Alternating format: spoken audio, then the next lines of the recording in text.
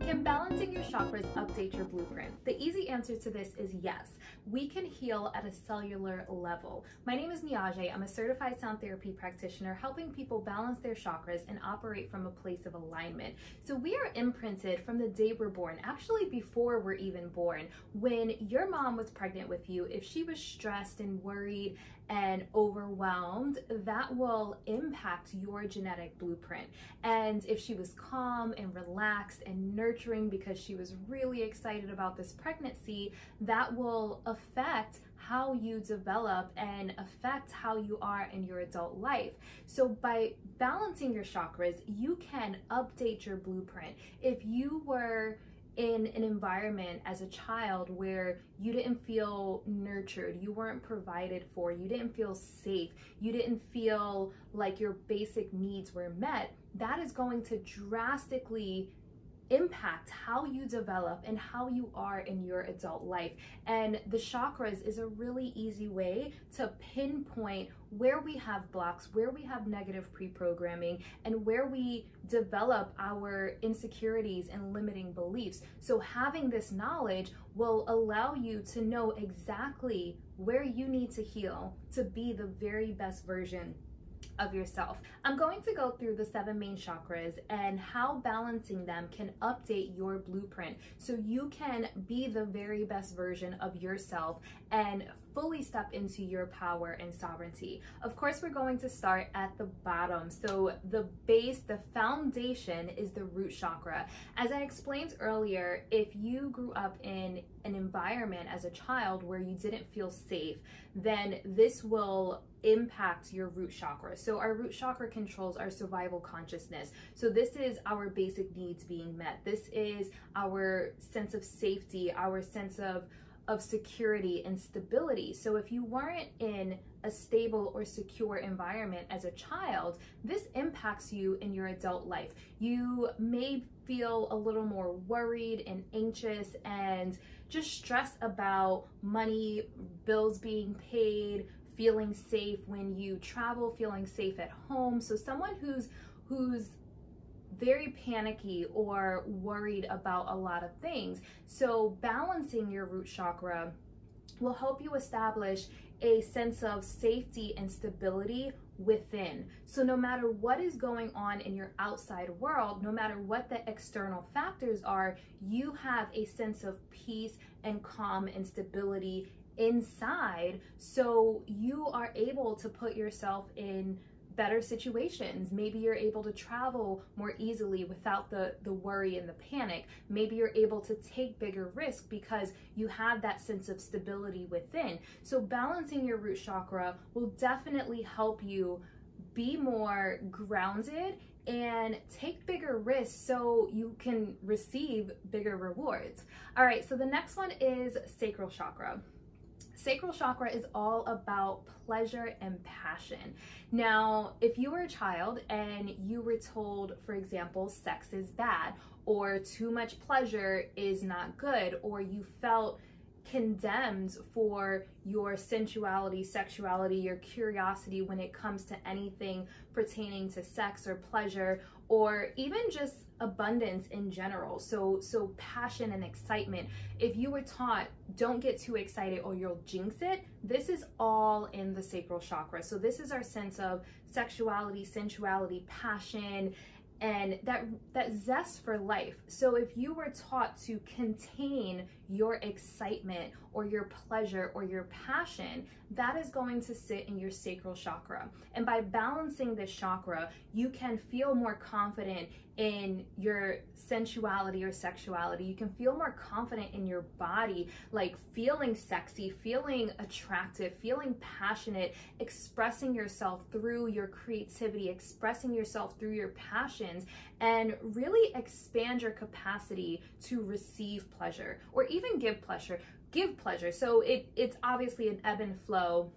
So being able to comfortably give pleasure and receive pleasure. So balancing this chakra will help you expand that zest for life, just feeling really passionate about life and not being ashamed about it, because we are abundant beings and we deserve pleasure and abundance.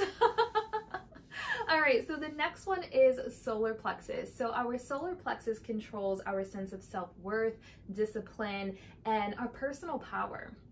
So if you're someone who didn't receive words of affirmation or nurturing from your parents, you may need external validation as an adult. So this is the chakra that controls our confidence and our self-esteem. This is the chakra where our insecurities sit. So if you have imposter syndrome often, if you struggle with confidence, if you struggle with your sense of self-worth, this is all in your solar plexus. And I believe that this is a chakra that has to continually have balancing, because different things in life can throw this chakra off balance. So if you lose your job, if you break up with your partner or experience a divorce, anything can throw this chakra off and your confidence or self-worth take a hit. So this is a chakra that's really good to do maintenance, and that's one of the things that I offer is energetic self-care, because this chakra affects how we show up in the world. Are we showing up confidently? Are we showing up in a way that we are proud of? Or are we shying away from our goals and our dreams? Have we lost our identity?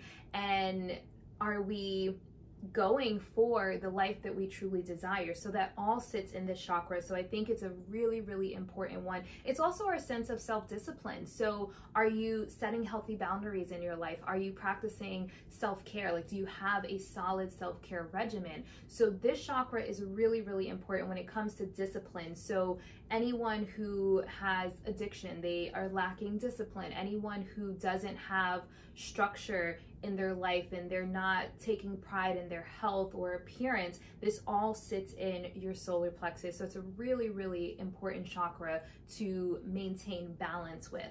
All right, so the next one is heart chakra. Obviously, the heart chakra controls love, but it's also compassion and forgiveness. And this is compassion and forgiveness for others, but also compassion and forgiveness for yourself. Do you have the capacity to love yourself unconditionally? Or are you super hard on yourself and super judgy on yourself? Like, is your self-talk positive?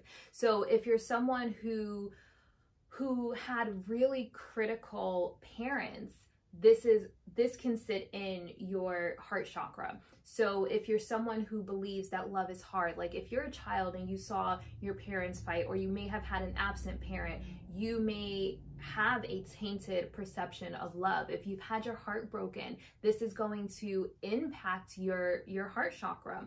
If you saw your parents fight and even if there was like trauma, like if there was any kind of domestic violence or abuse that you witnessed, you associate love with pain, and that is imprinted in you. So it's so important to work on updating your imprint so you can know that you are worthy of love, it's safe to love, and that there is an infinite amount of love available to each of us. But if you have a blockage in your heart chakra, you may not feel that way. I've experienced people feeling like love is pain, and society paints that picture. They associate love with pain. You have the story of Romeo and Juliet, that, with great love comes great pain. So really, really balancing that chakra will open up your heart center and allow you to love and be loved and love yourself unconditionally. So loving yourself with the good, the bad, and the ugly. We all have light and dark. So knowing that, we all have a shadow side, and still loving yourself even with that, because it's part of who we are, and really embracing that. So self-compassion and self-acceptance, and the more that you accept yourself, the more you accept others. The people that are really judgy of others is because they're really judgy of themselves. The people that are super critical of others are really super critical of themselves. So balancing this chakra is really powerful when it comes to our connection and our sense of intimacy with others, and how we open up to others in relationships. All right, so the next one is throat chakra. Our throat chakra controls our sense of communication and speaking our authentic truth. So this one is really powerful. If you were a child, for example, let's say you are a female and you were taught that women are supposed to be seen and not heard, and don't be too loud, don't be too chatty, don't be too emotional. This has stifled your expression. This has controlled how you express yourself, how you speak, whether you speak or not. And let's say you are a man. Men are taught to not be too emotional, be a man, suck it up. And so this has stifled how you communicate. This has controlled how you express yourself. And so by balancing the chakra, it allows you to express your authentic truth, to set healthy boundaries, to communicate your needs and your desires, and to speak up, to know that there is so much power in your voice. So really, really important chakra to balance, because communication is the foundation of every relationship. And if you can't tell, they're all intertwined. So when one chakra is thrown off, it's going to impact every chakra. So I say that every chakra is important because it is all important to maintain that balance, so we are operating from a place of alignment. But you can see how if your throat chakra is off, it's going to affect your heart chakra. If your root chakra is off, it's going to affect your sacral chakra. So they all are connected. All right, so the next one is your third eye. So our third eye chakra controls our intuition. This one, I love talking about this one because we all have intuition. We all have that gut feeling, that inner knowing. And I talk about clair abilities on my podcast, and we all have clair abilities. So, you know, people say like, oh, this person's clairvoyant or clairaudience is one, but we all have that ability. Our intuition communicates with us every single day. And it's really up to us to listen to it. So when you're a child, you have this inner knowing and you trust it because it's just your nature to trust your intuition. But then life starts to pile all of this crap on top of you, saying, no, don't do that. No, don't do that. And then you start to doubt your inner knowing. You start to doubt your intuition. You start to doubt your impulses because it's like, no, don't do that. No, don't do that. No, don't do that. Don't be this way. Don't think this way. Don't act this way. And so you start to disconnect from your intuition, from your impulses, from your gut instinct, because you don't trust it anymore. And then that little voice inside that was communicating with you, now you start to think like, okay, I'm crazy, you know, or you have this feeling that like, no, I shouldn't do that, but you do it anyway, or no, I shouldn't do that, and then you do it anyway, like, or I don't know if I mixed that up. So no, I should do that, but you don't do it, or no, I shouldn't do that, but you do it anyway. And then when all of the dust settles, you're like, I knew it. And we have this inner knowing, but we stop trusting it. We stop trusting it. So the third eye is all about connecting back to your intuition, your inner self, your higher being, your inner knowing. And the more that you listen to how your intuition is communicating with you, the more it's going to get stronger. So if you have that gut feeling will get stronger. If you hear downloads, for example, it will get stronger and clearer, and you'll have more clarity around what is your intuition and what may be fear, for example, because a lot of people are in a fight or flight mode. So they're operating from a place of fear. So when something is like, oh, no, don't do that, is it no, don't do that because this is not for your greatest good? Or no, don't do that because you're in a place of fear and you're afraid of the unknown. You're afraid of like, if I take this opportunity and I get it, then what?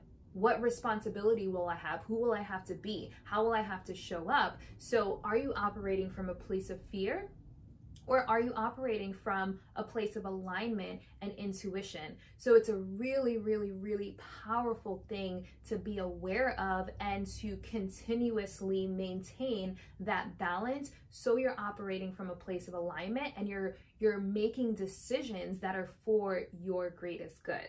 All right, so the last one is your crown chakra. So our crown chakra is our connection to source or whatever higher being you believe in. Now, if you were someone raised in a religious household, or you're raised with a specific religion and then something challenges that, that's going to affect our crown chakra. So there's a lot of people who were raised a certain way and then in their adult life, they're like, I don't know if this resonates with me. What it does is it creates an upper limit. It creates a glass ceiling of, you know, well, I'm just waiting for the other shoe to drop. So I can't have too much success or too much happiness or too much of this because I'm going to jinx it. Or if you have too much abundance, then that means that you're a bad person or you've done something evil to gain it. So there's a lot of limiting beliefs that are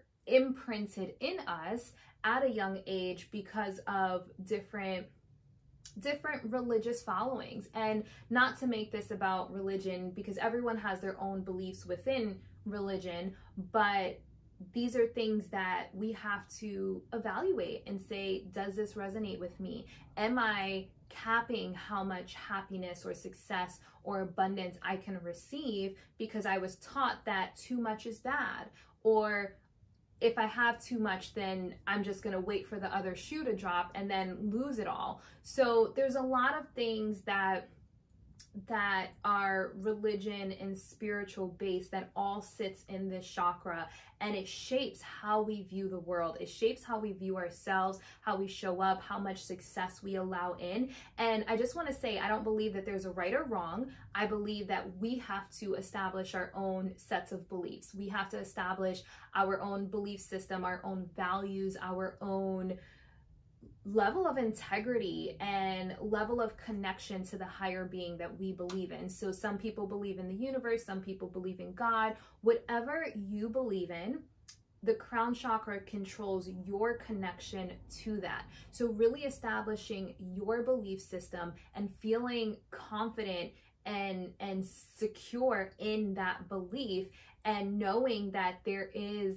a higher power and that we are divinely guided and protected. So if you're feeling like you're lacking belief in like, why is this happening to me? And like, why is my life this way? And you don't believe that there is a reason for everything, then that will affect your crown chakra. So this one is a little tricky because I know that it's a sensitive topic for a lot of people to talk about religion and beliefs, and I was raised this way, or like my church said this, or my family said this. It's a really sensitive topic, but it's important to open up that dialogue so we feel confident in our beliefs, and so we understand what resonates and what doesn't resonate. So that all sits in a crown chakra, knowing that there is a higher power that is guiding us and that everything is working out for our greatest good. So anytime you're feeling like you're lacking faith and you're not trusting the journey and you're not believing in the higher being that you believe in, that is all your crown chakra. So I hope you found value in this. It's so important to balance your chakras. There's a lot of different ways that you can do so. And obviously sound therapy, I'm a sound therapy practitioner, so obviously sound therapy is my #1 recommendation, but you have meditation, you have so many different like movements, you have like yoga moves that will help balance your chakras, you have like somatic descent, and you have nonlinear movement. There are a lot of different ways that you can help maintain balance in your energy and release trapped emotions. So that's one of the most important things. Like as you're going through life and your chakras are thrown off balance, it's really important that you release any trapped emotions. As a society, we're taught to suppress and numb, but that turns into trapped emotions, the trapped emotions turns into physical ailments turns into disease. So if we get in a practice of, just like you're in a practice of brushing your teeth every day, if you get in a practice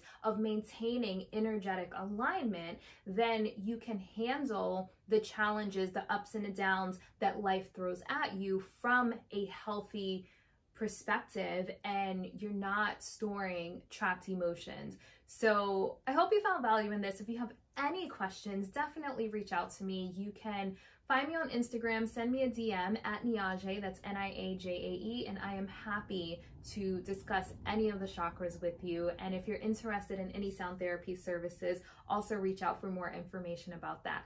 Until next time, be decadent.